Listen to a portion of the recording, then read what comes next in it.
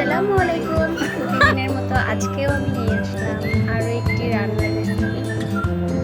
তো আজকে রান্না করছিলাম হচ্ছে একটু বড় মাছের ঝোল আলু দিয়ে। তো প্রতিবারের মতো এবারও রসুন বাটা, জিরা বাটা, পেঁয়াজ কাটা, হলুদ, ধনিয়া গুঁড়া, লবণ, তেল এগুলো দিয়ে আমি আজকে ভালো করে কষিয়ে নিব। কারণ হচ্ছে আমি অফ ক্যামেরা মাছটা হচ্ছে ভেজে নিয়েছি।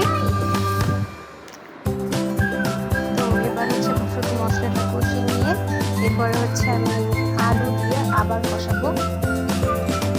এক একটু রান্না করে এক এক রকম, তো আমি ভাবে রান্না করি। এই যে আমার মাছগুলো ভাজা, ঝোলের পানি দিয়ে আমি হচ্ছে মাছটা দিয়ে দিচ্ছি। খুবই সংক্ষেপে আমার রান্না। এরপরে হচ্ছে আমি বাগার দিয়ে দিচ্ছি। বাগার দিলে আমার কাছে রান্না খুবই মজা লাগে। এটা আমার ফাইনাল লুক। ওকে, আল্লাহ হাফেজ, বাই।